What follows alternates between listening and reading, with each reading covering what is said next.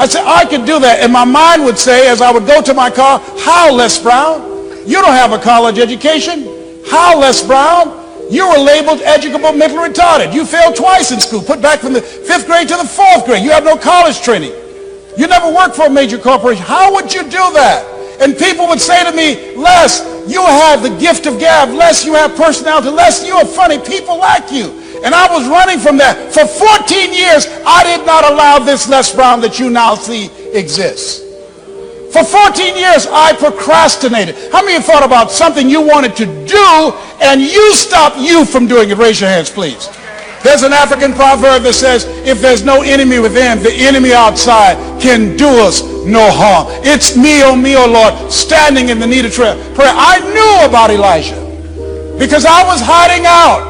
I don't have a college education. I felt inferior to people who had college educations. I allowed that to silence me. I was intimidated.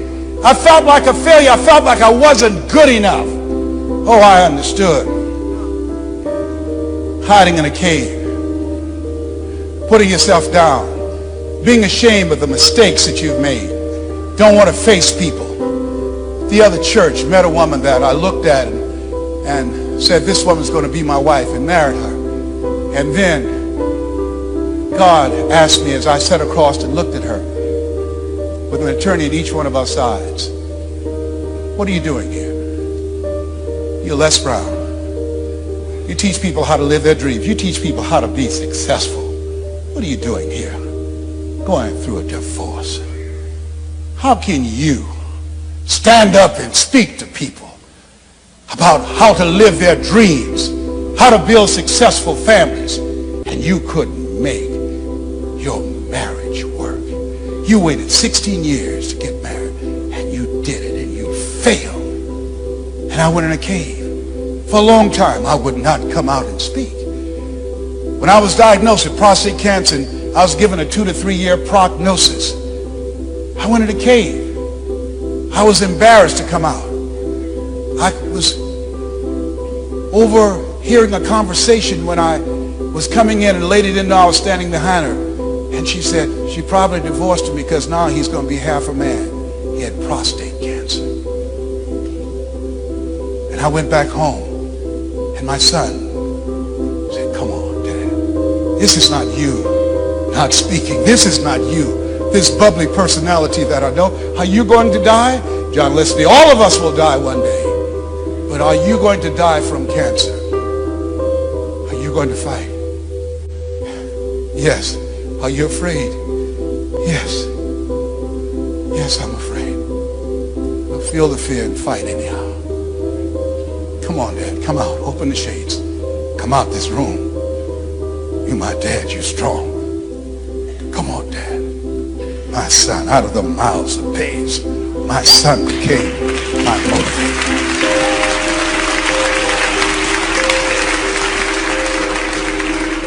I know when you've had blessings in your life. Elijah, he was God's man. He laid on a little boy that was dead, and God brought him back to life. He spoke, and he said, I feel an abundance of rain coming. It was a drought, and it rained.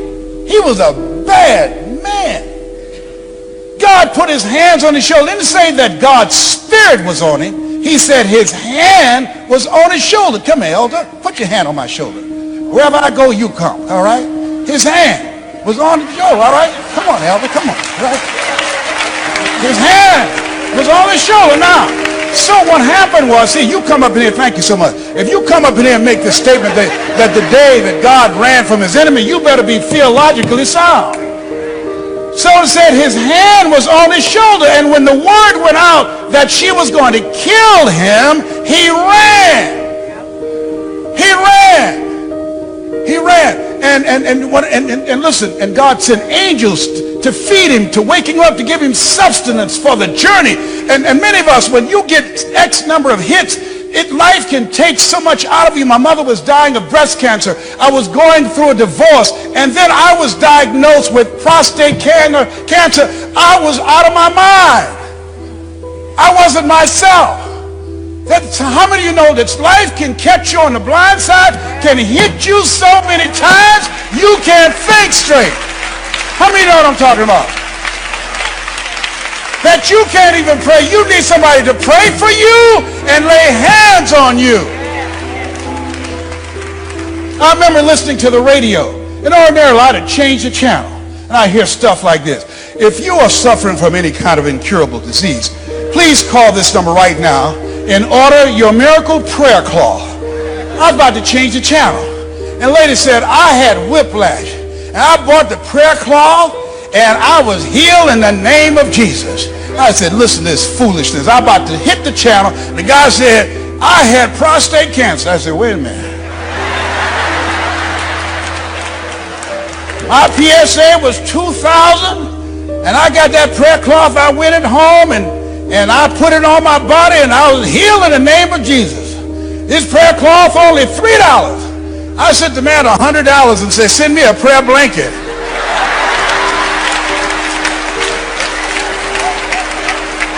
Here I am in church saying we are more than conquerors. Judge not according to appearances. Greater is he that's in me than he that's in the world. And the man looked at me and said, you have cancer and I'm buying prayer cloths. And when it came, they had a lot of little prayer cloths all cut up. And they said, put them in they gave you instructions, put it in the affected area. So I stuffed them in my underwear. God is my witness. I'm on stage giving a speech in Detroit. And I'm walking back and said, you got to be hungry when you're working on your dream. You've got to be unstoppable. You've got to go after your stuff. And people were laughing and looking behind me. And I looked back in the prayer closet, came down my pants. I started picking them up. I said, you can laugh if you want to. I'm going to get these prayer cloths. I don't care nothing about y'all laughing. I'm healed in the name of Jesus. Now I'm cancer-free, I'm debt-free, and drama-free.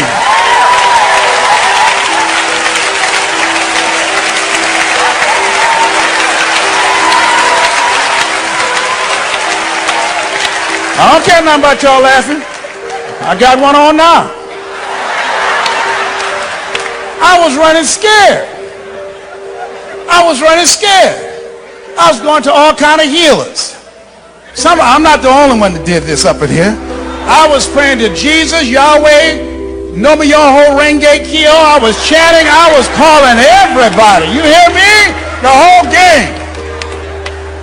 Remember going to Detroit and went to this healer. They said this lady had healing hands. I went there, and people coming in, a friend of mine named Rudy, he came in on the cane, and I knew he was in an accident, had pinched nerve.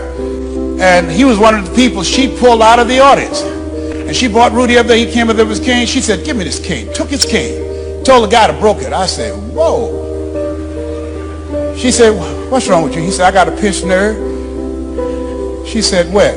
My back here. I was in an accident. My back had been right for 5 years. She said, touch your toes. He said, oh, I can't do that. I'm in too much pain. She said, I said, touch your toes in the name of Jesus. He went down, wham. I said, whoa. I got up and got in line.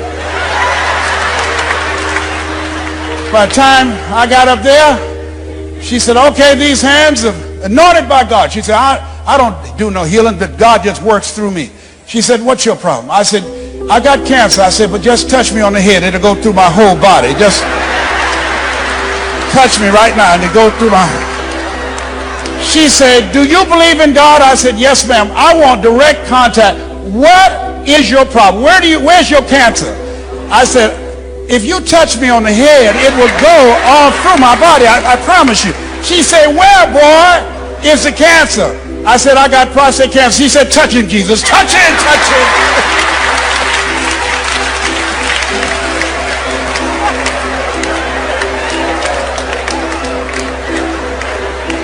I was running everywhere trying to get some help. And the angel had to wake him up twice. How many of you know that when you are under attack, when you are stressed out, you can't sleep well? Raise your hands, please. And God gave him food for the journey. That when you're going through your stuff, understand you're not by yourself. And he asked the question, what are you doing here? He didn't ask, what are you doing in there? He said, what are you doing here? Why are you running? You making me look bad. I got your back.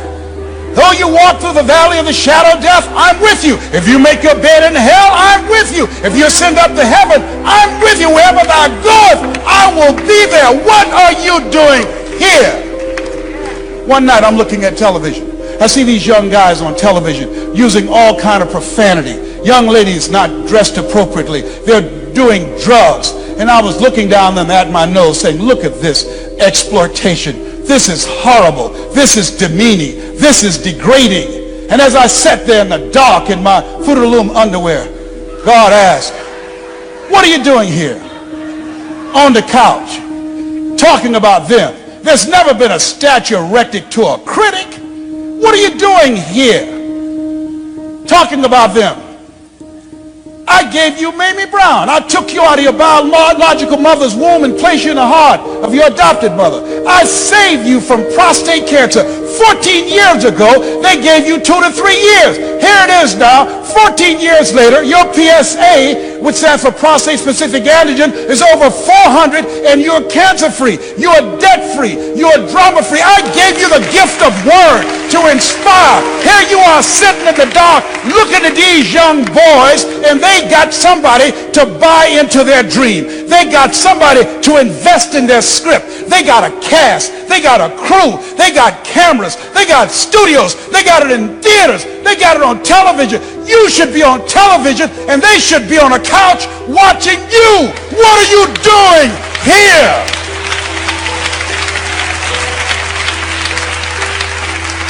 See, the difference between the world today, ladies and gentlemen, is that the bad people are outworking the good people. It's never been a statue erected to a critic. They work hard. Let us say together, it's my time. Say it now, it's my time.